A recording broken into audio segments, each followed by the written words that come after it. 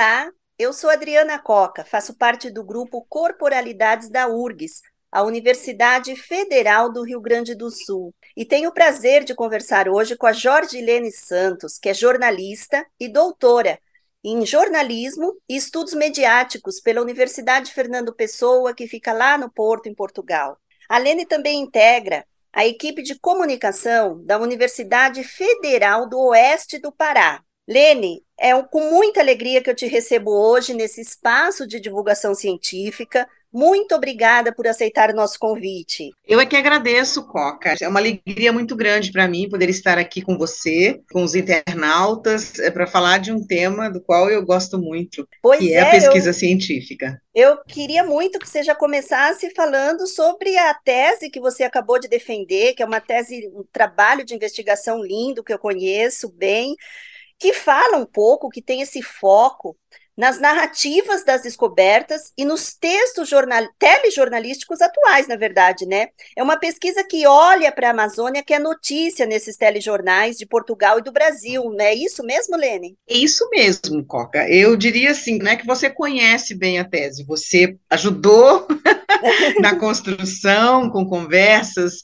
com Com muito prazer. sugestões, e você também está lá porque nós escrevemos juntas um artigo a partir dos produtos que a tese gerou, e é uma alegria muito grande. É isso, é um olhar sobre o olhar da mídia acerca da Amazônia, né? Então, a minha grande pergunta de investigação é: qual é o olhar que a mídia brasileira, portuguesa e regional, porque eu também alcancei 2 telejornais regionais, qual é o olhar que eles têm sobre a Amazônia? E aí eu faço um recorte da Amazônia Legal. Eu vou buscar subsídios para essa pesquisa nos 9 estados que formam a Amazônia Legal, que é um termo, se eu posso te dizer, não com precisão, mas aqui numa observação mais apurada, de que Amazônia Legal foi um termo citado 3 ou 4 vezes em 6 meses de cobertura sobre a Amazônia. Então, isso já foi uma das coisas que eu percebi, Das suas descobertas, né? uma das minhas descobertas nessas pesquisas, porque quando eu comecei a iniciar essa pesquisa,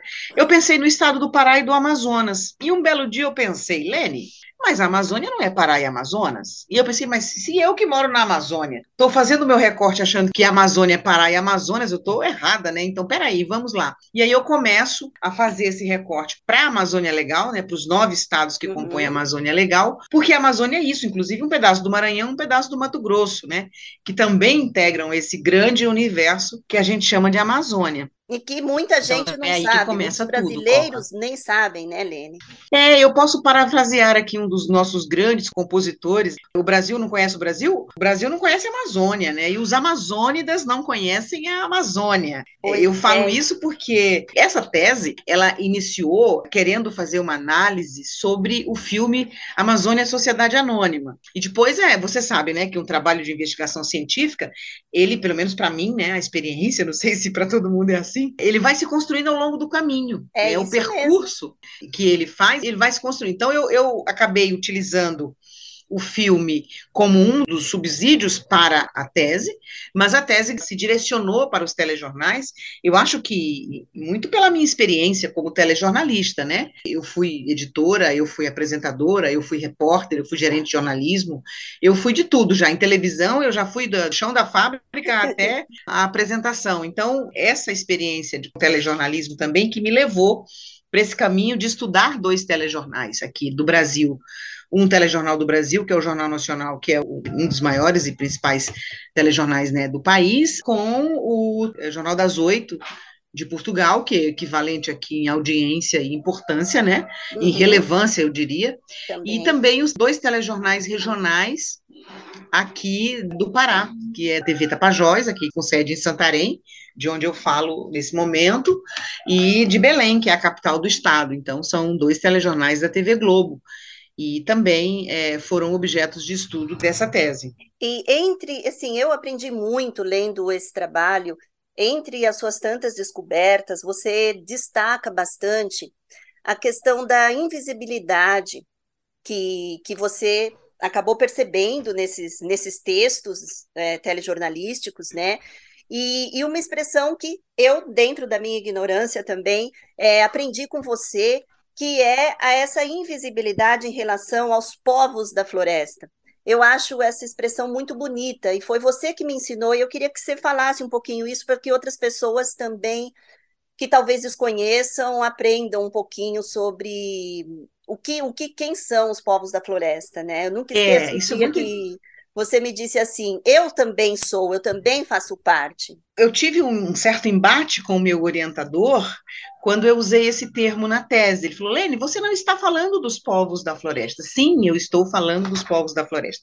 Quem são os povos da floresta?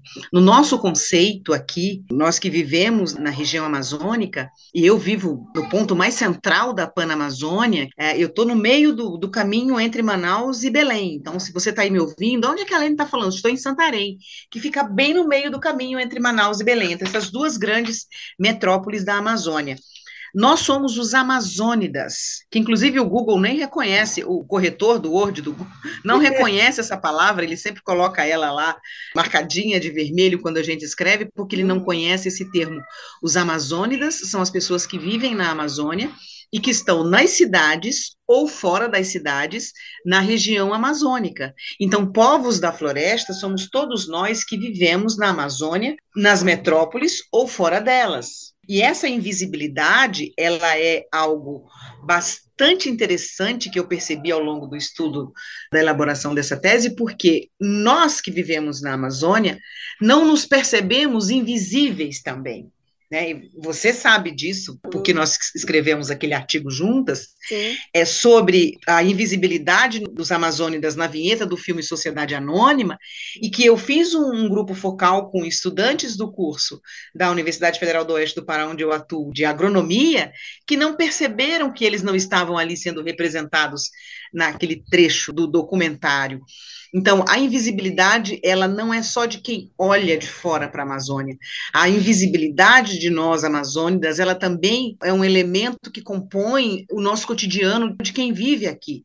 Porque eu acho que a gente foi tão massacrado, eu posso usar essa palavra, porque eu fui buscar justamente nas narrativas das descobertas, e eu estou emocionada, viu, Coca? Eu estou me arrepiando aqui de emoção, E eu feliz porque de ouvir você de novo. eu faço parte dessa história. Eu estou falando com você, sentada na minha varanda, olhando para o Rio Amazonas, para o encontro das águas do Rio Tapajós e Amazonas, por onde navegaram os portugueses que adentraram no século XVI e XVII pela primeira vez na Amazônia. Nossa, Eu muito vejo da minha lindo. janela o local onde eles passaram naquele tempo. Eles desceram o rio, depois eles subiram o rio. E Eu estava fazendo. essas histórias fazem parte, então, do que você chama das narrativas das descobertas. Exatamente, exatamente. Eu fui buscar lá atrás e foi um grande desafio que a gente vai entrar. Eu acho interessante isso, porque como é que eu vou juntar, né? Eu me perguntava muito isso ao longo do percurso. Narrativas das descobertas, textos escritos no século XVI e XVII, como é que eu vou juntar, comparar, estudar, analisar isso à luz de textos telejornalísticos que estão sendo construídos agora na atualidade? Mas se a gente não compreender o que aconteceu no passado, nós não conseguimos explicar o presente. Essa, a força que me movia quando eu travava no momento de escrever a tese e dizia, isso não vai dar certo. Misturar alhos com bugalhos não vai funcionar. Eu acho que funcionou, viu, Coca? A tese ficou pronta, está aqui do meu lado. Eu tenho certeza. Nossa, teve um outro grande desafio nesse seu trabalho, Lene, de pesquisa, que foi traçar a metodologia nessa investigação. A questão da metodologia é algo que interessa muito ao nosso grupo, então eu queria que você dissesse como que você trabalhou isso nessa investigação e fez essa junção toda. Enquanto eu não fiz as pazes com a metodologia, eu não destravei a escrita da tese. Ponto. Isso, para mim, foi uma descoberta muito importante ao longo do processo. Então, para quem está aí tentando fazer uma tese, ou para quem já fez, ou para quem está emperrado, defina a sua metodologia. E aí, eu fui, porque eu gosto do negócio quando ele é difícil, sabe? Para mim, o negócio tem que ser com emoção, assim. Aí eu falei, então tá, o que eu vou fazer de metodologia? Aí eu fui buscar inspiração na teoria do enquadramento, que é utilizada para jornais impressos e para analisar as questões ligadas mais à política. Embasar tudo isso, eu trouxe análise de conteúdo. Então, a minha metodologia, ela mescla o quali e o quanti, junta o qualitativo e o quantitativo, busca inspiração ali no enquadramento, na análise de enquadramento, aí eu usei bastante o professor Emerson Serve, os estudos que ele tem lá na Universidade Federal do Paraná, a experiência, porque ele é um ex-colega de faculdade, nós fizemos graduação juntos, nosso TCC foi construído juntos, na época, sobre rádio comunitária, então eu fui pegar essa expertise que o professor Serve tem. Utilizei também uma tese já defendida, que também trabalha com telejornalismo e análise de conteúdo, que é da professora Sandra Nodari, que também estudou o telejornalismo português, mas na questão de gênero. Sim. Eu faço isso tudo um caldo só, né, como a gente diz aqui na Amazônia, faço isso num caldo, coloco um pouquinho da minha farinha ali, desenvolvo a minha metodologia. Foi a partir daí que eu fiz as análises e consegui esse resultado, né? Eu acho importante você nos contar o título da tese para quem quiser ler esse trabalho na íntegra, né? Pesquisar, usar como referência, que eu tenho certeza que vai ser referência para muita gente. E também queria que você, sei lá, de repente contasse um pouquinho mais sobre essas descobertas mais pontuais que você acabou encontrando nesses telejornais, principalmente porque você olha para o telejornal do Brasil, mas você também olha para o de Portugal, e é interessante a gente saber o que você encontrou de diferente num lugar e outro, né? O título da tese é Das Narrativas das Descobertas aos Textos Jornalísticos Atuais, um estudo da Amazônia que é notícia em telejornais de Portugal e do Brasil, com recorte no ano de 2020. Logo, logo ela vai estar por aí, publicada nos bancos de teses, né? E assim, algumas descobertas me surpreenderam, outras não. Porém, o que mais me chamou a atenção foi a questão da invisibilidade dos moradores da região, que eu chamo de povos da floresta, estando ou não, morando no meio do mato, né? A referência que se tem na mídia, tanto brasileira quanto portuguesa, de que a Amazônia se resume em desmatamento e queimadas, são questões extremamente importantes e que devem ser tratadas, eu concordo plenamente, mas a Amazônia tem mais do que isso.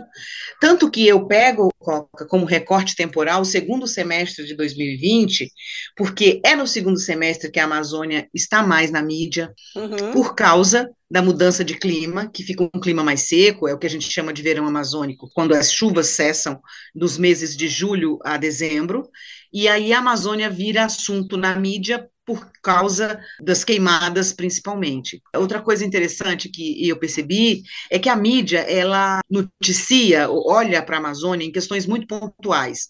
Todo início de mês, você tem uma notinha lá, uma nota pelada, ou uma nota coberta, né, para quem é de telejornalismo vai entender isso, depois se quiser explicar, ou um VT mesmo, dizendo os números dos órgãos institucionais, governamentais, sobre os números do desmatamento e da queimada. Noticiam isso de forma muito superficial. As pessoas que vivem na Amazônia, os protagonistas, os pesquisadores, nós temos grandes universidades que produzem conhecimento, que produzem ciência, que têm projetos de extensão, e a gente não vê isso na mídia. Não vê na mídia brasileira, não vê na mídia internacional e não vê na mídia regional, porque eu também estive estudando os telejornais de Santarém e de Belém. Nossa, isso é muito triste. É muito triste. Essa é a palavra, viu, Coca?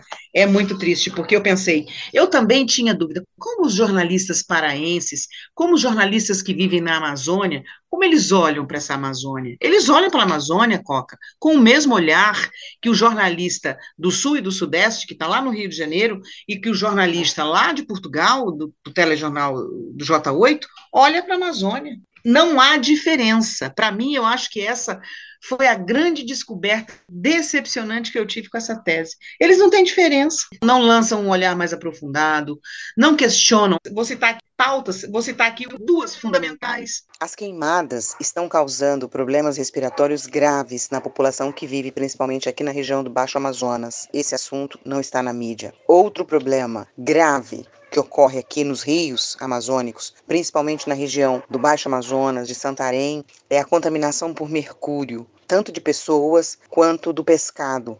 A universidade tem feito pesquisas a respeito e, infelizmente, esse é outro assunto que também não aparece na mídia, nem na mídia regional, nem na mídia nacional. Na mídia internacional, então, nem se fala, né? Porque realmente eles não teriam como alcançar aqui, chegar até aqui para fazer uma matéria dessa. Mas as nossas TVs locais do Pará, tanto de Santarém quanto de Belém, poderiam abordar esse tipo de assunto. Nos 6 meses de observação que eu fiz nos telejornais locais, eu não vi nada que tratasse de forma consistente desses dois assuntos. Nossa, é um pouco assustador. Eu acho que é triste essas observações colocadas. Ao mesmo tempo, eu fico feliz de você ter chegado ao final dessa investigação, mostrar, apontar para todo mundo o que foi percebido nesse seu trabalho de pesquisa. Também acho que o que torna importante também esse nosso encontro, a divulgação dessa conversa, desse espaço de divulgação científica do Corporalidades, e você ter a oportunidade de alertar e de falar sobre isso também, que esse também é o nosso papel, né, Lene? Como pesquisadora, por isso a importância de percursos investigativos como esse que você fez. Eu só tenho a agradecer imensamente você doar o seu tempo, o seu conhecimento, fazer esse alerta para todas as pessoas que puderem nos ouvir. Agradeço em nome da professora doutora Anísia Martins do Rosário, que é a líder do grupo Corporalidades, em nome dos meus colegas pesquisadores que trabalham nessa equipe. Você será sempre muito bem-vinda para a gente continuar traçando, falando sobre a Amazônia nesse espaço do Corporalidades. Muito obrigada.